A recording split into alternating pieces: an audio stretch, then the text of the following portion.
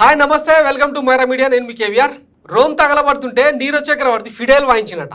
Same ఈ అబ్బా కొడుకుల తీరు కూడా అట్లనే ఉంది. ఇప్పుడు ఒకవైపు అంటే వాలంటీర్ వ్యవస్థను రద్దు చేయాలని కోరుకున్నది వీళ్ళే, తీరా అంటే కాగల కార్యం గంధర్వులు తీర్చినట్టు ఎలక్షన్ కమిషన్ వీళ్ళ విన్నపాన్ని పరిగణలోకి తీసుకొని వాలంటీర్ వ్యవస్థను రద్దు చేసింది. వాళ్ళ దగ్గర ఉన్న ల్యాప్టాప్లు, మొబైల్స్, ఇంకేవైతే ఉంటాయో ఆ డివైస్, ఎలక్ట్రానిక్ డివైజులు అన్నీ కూడా సరెండర్ చేసుకోమని చెప్పింది. ఇక మన పచ్చ పేపర్లలో అచ్చులు వేసుకున్నాం, వాటిని పెద్ద పెద్ద అక్షరాలతో సంబరాలు కూడా చేసుకున్నాం ఒక రేంజ్లో. అంటే ఇంకా జగన్మోహన్ రెడ్డి అధికారంలో దిగిపోయాడు అని చెప్పి సంబరాల స్థాయిలో ఊరూరా చేసుకున్నారు. తీరా రోజు గడిచేసరికి ఏప్రిల్ 1వ తేదీన ఇంటింటికి అంతే పెన్షన్ అందలేదు, పేదలకు మధ్యతరగతి వర్గాలకు అంతే రేషన్ బియ్యం అందలేదు.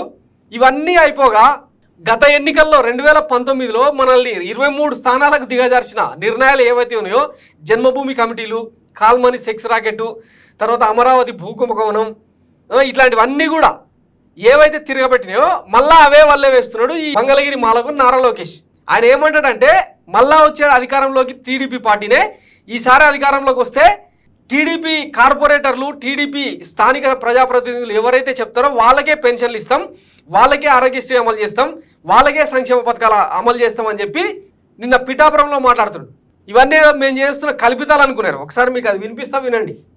రేపు వాలంటీర్లు కానివ్వండి, గ్రామ సచివాలయాలు కానివ్వండి, మన కౌన్సిలర్ ఆధ్వర్యంలోనే పని చేయాలి.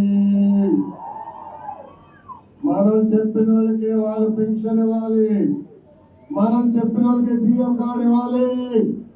అంతేగాని చేస్తే మేము ఊరుకోం, సహించమని కూడా హెచ్చరికని జారీ చేస్తున్నాం. విన్నారు కదా, రేపు వాలంటీర్లు కానీ ఏ కమిటీలు కానీ టీడీపీ కిందనే పనిచేయాలి. వీళ్ళు చెప్పిన వాళ్ళకే, అంటే ఈ టీడీపీ కార్యకర్తలు టీడీపీ కండువగా వేసుకున్న వాళ్ళకే సంక్షేమ పథకాలు అమలు చేస్తాం, ఆరోగ్యశ్రీ అయినా ఇంకోటైనా అని ఇంత బాజాప్తా చెప్తున్నాడు. ఇంకా ఇట్లాంటి వాళ్ళకి ఓటేయాలన్నా వద్ద అనేది ఆంధ్రప్రదేశ్ ప్రజలే డిసైడ్ చేసుకోవాలి. ఒకవైపు వైఎస్ జగన్మోహన్ రెడ్డి ఏమో కులం చూడం, మతం చూడం, ప్రాంతం చూడం అని చెప్పి అన్నమాట ప్రకారం 80% పైగా సంక్షేమ పథకాలు అర్హులైతే చాలు, ఆ పార్టీ ఈ పార్టీ అని చూడకుండా ఈవెన్ జన సైనికులకు కూడా ఇబ్బందులు వస్తే ఆరోగ్యశ్రీ కింద వాటి కింద వైద్య సేవలను అందుబాటులో ఉంచిన సంఘటనలు గతంలో వెలుగు చూసినాయి.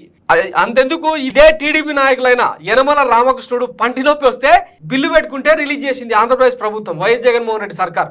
ఇక సంక్షేమ పథకాలకు సంబంధించి ఇంతకు మించిన నిదర్శనం ఇంకేముంటో చెప్పండి. ఎక్కడ వివక్షకు తావు లేకుండా, ఎక్కడ లంచాలకు తావు లేకుండా, మిడిల్ మెన్షిప్ అంటే మధ్యవర్తిత్వం లేకుండా డైరెక్ట్గా లబ్ధిదారుల చెంతకు వాళ్లకు ఏదైతే ఇవ్వాలనుకుంటుందో గవర్నమెంట్ అవి ఇస్తా వస్తుంది. అట్లాంటిది అంతకు మించి చేయాలనుకుంటాడు ఎవడైనా, పాలన కావాలనుకున్నాడు, అధికారంలోకి రావాలనుకున్నాడు. కానీ ఇదేం దిక్కుమాలతనమో అర్థం కాదు. అధికారంలోకి వస్తే టీడీపీ కండువా కప్పుకున్న వాళ్ళకు, టీడీపీ జెండా మోసేటోళ్లకు, టీడీపీకి ఊడిగం చేసేటోళ్ళకు మాత్రమే సంక్షేమ పథకాలు అమలు చేస్తున్నాం అంటే ఇదెక్కడి తరిక, ఏంది కదా, ఎటుపోతుంది సమాజం? ఈ పెత్తందారి మనస్తత్వం చూసే, ఈ ఒళ్ళు బల్పు, ఈ నోటిదూల, ఈ మదం, ఇవన్నీ చూసే పోయిన ఎన్నికల్లో 23 స్థానాలకు మనల్ని ఎత్తి కుదేశారు. ఎగరేస్తానినా కూడా మనకి ఇంకా బుద్ధి రాలేదు, సిగ్గు రాలేదంటే ఇంకేం చెప్పాలి?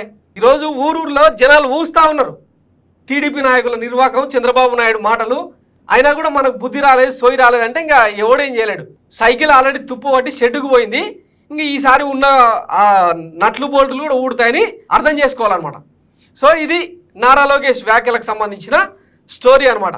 సో ఇట్లాంటి డైరెక్ట్గా అంటే జనాల్ని చీడ పురుగుల్లాగా వాళ్ళు ఏదో ప్రభుత్వం విధిల్చే, ఈ ప్రభుత్వం కూడా కాదు, ఈ టీడీపీ పార్టీ విధిల్చే ఎంగిలి మెతుకుల కోసం వెంపర్లాడే వాళ్ళుగా ట్రీట్ చేస్తున్న వీళ్ళ మైండ్ సెట్ ఏదైతే ఉందో, ఈ ఫ్యూడల్ మెంటాలిటీ ఏదైతే ఉందో, దీనికి బుద్ధి చెప్పకపోతే కష్టమైపోతుంది. ఇక మీరే ఆలోచించుకోవాలి. Thanks for watching Myra media. నేను మీ కేవీఆర్. Thank you.